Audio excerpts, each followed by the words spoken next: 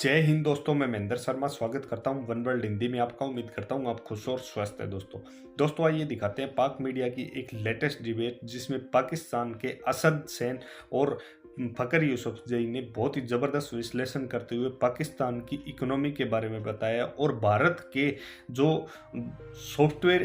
Industry है उसके बारे में भी बहुत ज़बरदस्त विश्लेषण करके बताया। और ये एक तरह से पाकिस्तानी सुन्न भी हो चुके हैं क्योंकि कहीं ना कहीं 132 करोड़ बिलियन डॉलर के सॉफ्टवेयर इंडिया ने एक्सपोर्ट किए हैं, क्योंकि कहीं ना कहीं आज इंडिया का एजुकेशन स्तर इतना ज़बरदस्त और सुधर चुका है कि पाकिस्तानी लोग देखते रह गए हैं। दूसरा, इस विश्लेषण में आप देखोगे कैसे पाकिस्तान के जो अभी नए बिल आए हुए हैं उन बिलों में कैसे ये पाकिस्तान की जो मीडिया है ये डरी सहमी है, क्योंकि कहीं ना कहीं अब पाकिस्तान में मीडिया हुकूमत के खिलाफ कुछ भी नहीं बोल सकती है। और इसको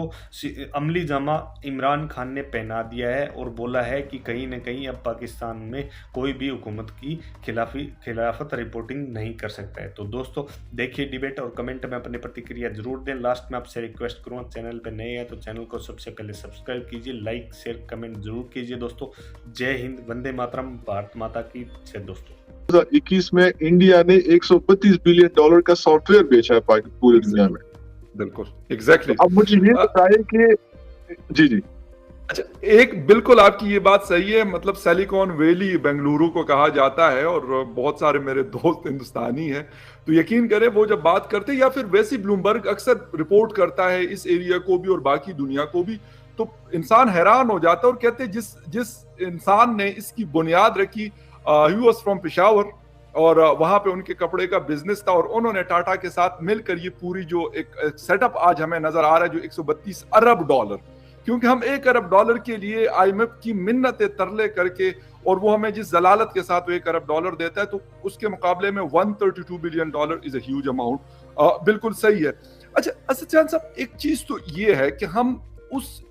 बजाय इसके की चीजों को यूटिलाइज करें जो आपने बड़ी डिटेल में बताई, यूथ है या फिर हमारे पास अगर कोई इंफ्रास्ट्रक्चर है उसको इस्तेमाल करें।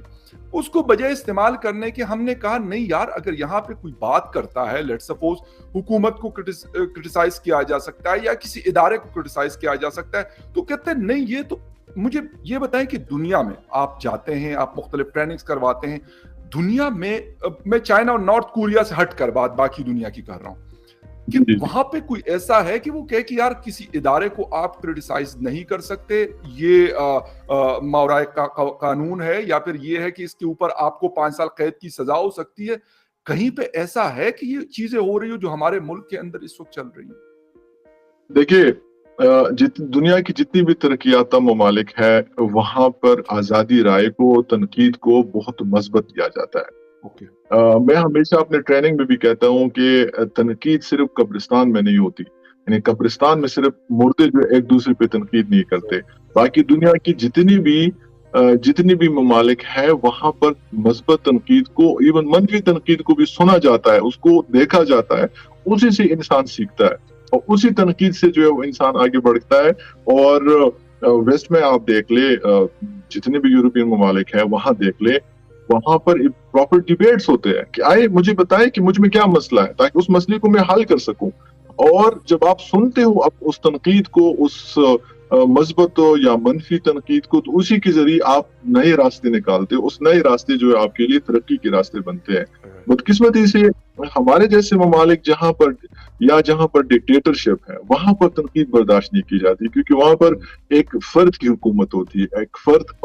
जब एक फर्द की हुकूमत आती है तो फर्द कभी भी नहीं चाहता कि लोग मेरे बारे में गलत राय बनाए, लोग मेरे बारे में गलत। थोड़ा सा आपको इंटरप्ट कर रहा हूं यहाँ पे, इस हुकूमत को क्या फिर हम कौन सा मार्शल लॉ कहें? जनरल जिया तो चले उस वर्दी में आया था और सबको पता था, जनरल मुशर्रफ वर्दी में आया था, सबको पता था। ये तो कहते हैं कि मैं बड़ा इलेक्टेड नुमाइंदा हूं आपका, आपकी आवाम के वोट से मैं आया हूं, बेशक वो किसी और तरीके से आए हूं, लेकिन बैठे हुए तो ये पीएम ऑफिस में है, ये पिंडी में तो नहीं बैठे हुए ना। इसके बारे में मैं ये कहूंगा कि बरतानिया का एक डेमोक्रेसी इदारा है जो पूरी दुनिया में डेमोक्रेसी इंडेक्स जारी करता है, और वो इंडेक्स जो है वो पूरी दुनिया में हर साल जारी होता है। इस मर्तबा जो पाकिस्तान के हवाले से जब جو ڈیموکریسی انڈیکس قرار دیا گیا ہے، تو پاکستانی حکومت کو ہائیبرڈ طرز حکمرانی کا نام دیا گیا ہے۔ ان لوگوں نے جو کیٹیگرائزیشن کی ہے اس میں ایک ڈکٹیٹرشپ ہے، ایک ڈیموکریسی ہے، اور ایک نئی اصطلاح جو استعمال کی گئی ہے ہائیبرڈ طرز حکمرانی۔ ہائیبرڈ طرز حکمرانی انہی لوگوں نے اس کی جو ڈیفینیشن کی ہے، اس میں یہ کہا گیا ہے کہ آدھے جو ہے وہ حکومت کے لوگ ہوں گے اور آدھے اسٹیبلشمنٹ کے لوگ ہوں گے۔ آدھے فیصلے جو ہے حکومت کرتی ہے، آدھے فیصلے جو ہے وہ اسٹیبلشمنٹ کرتی ہے۔ تو پاکستان میں یہی میرے خیال میں پی ٹی آئی نے کی حکومت اور حکمرانوں نے بھی یہ تسلیم کر لیا ہے کہ ٹھیک ہے، اگر ہماری حکومت چل رہی ہے اور اتنے لوگوں پہ چل رہی ہے تو اس کو چلنے دیں، ٹھیک ہے۔ کچھ ان لوگوں کی بھی سنیں گے، کچھ ان لوگوں کی بھی مانیں گے، کچھ اپنی بھی کریں گے، لیکن زیادہ تر تو دوسرے لوگوں کی ہو رہے ہیں۔ ایگزیکٹلی اسد جان صاحب، بات یہی ہے، میں یہ نہیں کہتا کہ فوج بھی ہمارے اس ملک کا ایک ادارہ ہے، باقی ادارے بھی ہمارے اس ملک کے ادارے ہیں، لیکن افسوس مجھے اس چیز پہ ہوتا ہے کہ ہم مطلب ہمارا میڈیا ہو، آپ کا بھی تعلق ہے، میرا بھی تعلق ہے، یا پھر ہماری کوئی اور لوگ ہو، ایون عمران خان صاحب خود ہوں، منڈی باؤدین میں 3 دن پہلے جب وہ کھڑے تھے تو وہاں پہ مطلب جو لینگویج وہ یوز کر رہے تھے اپوزیشن کے لیے، میں کہتا ہوں نواز شریف سے ہمیں 100% اختلاف صحیح، ہمیں کوئی اس سے وہ نہیں ہے، ایک پولیٹیکل لیڈر ہیں، آئے جائیں یا جو بھی کریں، لیکن سر جو لینگویج وہ یوز کرتے ہیں اور پھر کہتے ہیں کہ نہیں جی آپ اس کے بدلے میری عزت کریں، اور وہ ہم سے زبردستی اپنی عزت یا پھر ان اداروں کی عزت کروانا چاہتے ہیں، جو اگر میں دل سے کروں گا تو عزت تو وہی ہوگی، نہ کہ مجھ سے کہا جائے کہ آپ کو ڈرا کے میں عزت کرواؤں گا، وہ کون سی عزت ہوگی؟ دیکھیے، بدقسمتی سے پی ٹی آئی حکومت کو یہ تھوڑا امتیاز جاتا ہے کہ ان لوگوں نے اس سیاست میں گالی بازی اور گالی گلوچ اور گالم گلوچ اس کا جو روایت ڈالی ہے، یہ بہت غلط روایت ہے۔ اس سے پہلے پی ٹی آئی کی حکومت سے پہلے ہم نے کبھی بھی جو ہے وہ جلسے جلوسوں میں، چاہے نواز شریف صاحب ہو، چاہے زرداری صاحب ہو، چاہے بے نظیر ہو، چاہے جو بھی ہو، وہ کم از کم ایک دوسرے کو اس طرح ننگی گالیاں نہیں دیتے تھے۔ میں آپ کو ایک اسی حکومت کے کچھ جو مشیر ہے اس کے آپس کی گفتگو میں آپ کو سنانا چاہتا ہوں۔ اس میں ایک مشیر صاحب جو بہت زیادہ مشہور ہے گالم گلوچ کے لیے، شہباز گل صاحب جی، وہ اپنی نجی محفل میں لوگوں کو کہہ رہے تھے کہ خان صاحب ابھی بھی مجھ سے ناراض ہے کہ میں کم گالیاں دیتا ہوں۔ تو جہاں پر معیار جو ہے وہ یہاں تک ہو کہ لوگ یعنی حکمران جو سٹنگ پرائم منسٹر ہے، جو سٹنگ آپ کا وزیر اعظم ہے، وہ اپنے معاونین کو یہ کہے کہ آپ کم گالیاں دے رہے ہو، آپ کو اور بھی زیادہ دینی چاہیے، تو آپ جسٹ امیجن کہ اس کے اور پیروکار جو اس کے اور فالوورز ہے، وہ کس طریقے سے ایک نسل کو پروان چڑھ رہے ہیں، وہ کس طریقے سے جو ہے وہ لوگوں کی تربیت کر رہے ہیں۔ اچھا اسد جان صاحب، ایک چیز اور ہے کہ ہم لیٹ سپوز ہم کہتے ہیں ایک سکینڈل ابھی آیا تھا پاپا جان پیزا کا، ٹھیک ہے، پوری دنیا امریکہ سے وہ نکلا، نہ آپ نے اس کو نکالا، نہ میں نے نکالا، نہ کسی اور پاکستانی نے نکالا، وہ آیا، اس پہ یہاں تک پریشر آیا کہ وہ صاحب نے جو باجوہ صاحب تھے، عاصم باجوہ صاحب ہیں، ریٹائرڈ جنرل صاحب، انہوں نے ریزائن کر لیا دونوں سیٹ سے، ایک ایز ایڈوائزر انفارمیشن کے اور دوسرا جو سی پیک اتھارٹی کے وہ چیئرمین شپ تھی ان کے پاس، دونوں سے۔ لیکن سر میڈیا کو یہ کہا جاتا ہے کہ آپ نے نام نہیں لینا۔ سر اگر کرپشن کے اوپر ہم مطلب ہمارا میڈیا کہتے ہیں نااہل نواز شریف، ایبسکینڈر، جی جی، مطلب یہ سارے سر اگر یہ سارے الفاظ استعمال ہو سکتے ہیں تو یہ کانسٹیٹیوشن تو میرے اوپر اور آپ کے اوپر جتنا لاگو ہوتا ہے تو اس سے میرے خیال زیادہ ان لوگوں پہ لاگو ہوتا ہے، کیونکہ وہ پاکستان کا فلیگ بھی انہوں نے ساتھ اس شولڈر پہ لگایا ہوتا ہے، تو وہ تو زیادہ میرے خیال میں اس کو ریسپیکٹ کریں اور وہ کریں، مطلب نہ کہ ہم سے زیادہ ایکسپیکٹیشن رکھے کہ آپ نے۔ خان صاحب نے ہمیشہ یہ نعرہ لگایا کہ دو نہیں ایک پاکستان، لیکن میں سمجھتا ہوں کہ دو نہیں 3-4 پاکستان اس وقت پاکستان میں کام کر رہے ہیں، اور وہ ود ان اسٹیٹ والی بات آ جاتی ہے۔ خان صاحب نے خود جو ہے وہ بارہا مرتبہ یہ کہا ہے کہ میں کرپشن کرنے والوں کو نہیں چھوڑوں گا، اور جتنی بھی لوگ کرپشن ہے، جتنے بھی نفزدہ لوگ ہیں، میں اس کو نہیں چھوڑوں گا۔ باجوہ صاحب پہ جب یہ الزامات لگے تھے اور خاص کر ثبوتوں کے ساتھ جب اس کی سٹوری آئی تھی، تو ہونا یہ چاہیے تھا کہ خان صاحب اس کو فارغ کر دیتے، خان صاحب جو ہے اس کے خلاف تحقیقات کر لیتے، لیکن وہ بندہ جاتا ہے، خان صاحب سے ملتا ہے، اور خان صاحب کہتے ہیں کہ اس نے مجھے مطمئن کر لیا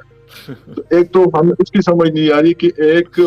जो जिस पे इल्जामात लगते हैं वो जाके किसी अदालत में नहीं जाता है, वो किसी नैब कोर्ट में नहीं जाता है, वो किसी और चीज में नहीं जाता, डायरेक्ट वज़ीर-ए-आज़म से मिलता है, वो वज़ीर-ए-आज़म उसको क्लीन चिट दे देता है। तो ये तो हमेशा से जो वही वाली बात कि 2 मयार नहीं 3-4 मयार है कि एक बंदे के लिए आप एक रख रहे हो, दूसरे बंदे के लिए तीसरा मयार रख रहे हो। आज भी जो है वो नए जो स्विस अकाउंट का जो स्कैंडल है, तकरीबन कोई 100 बिलियन से ज्यादा 100 बिलियन से डॉलर से ज्यादा है, उसमें भी तकरीबन 1400 पाकिस्तानियों के नाम है। लेकिन सर जनरल अख्तर अब्दुर्रहमान साहब जिनको मतलब बहुत बड़ा वो नाम दिया जाता है कि वो सारा जो हमारे और आप मतलब पश्तून होने के नाते वो जो शमला होता है उसको ऊंचा रखा था उन्होंने अफगानिस्तान में सोवियत यूनियन के खिलाफ, उनके अकाउंट्स ने तो उसके जनरल अख्तर साहब के अकाउंट है, और वो ऑब्वियसली जनरल जिया साहब के जो है वो बड़े क्लोज एड थे। उसके जो अफगान वॉर है उसमें उसने बड़ा कलीदी किरदार अदा किया है। तो ऐसे जैसे लोग,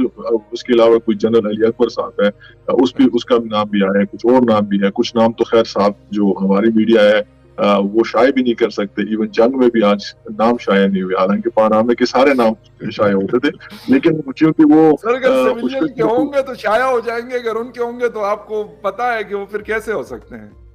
तो वो मेरे ख्याल में उससे मोरल भी खराब होता है, डाउन हो जाता है, तो उस वजह से उसके नाम नहीं लिए जाते। लेकिन मैं समझता हूँ कि करप्शन अगर सिविलियन करे या फौजी करे, जर्नलिस्ट करे, ब्यूरोक्रेट करे, जो बंदा भी करप्शन करे, उसके खिलाफ उसी तरीके से कार्रवाई भी होनी चाहिए, उसको सजा भी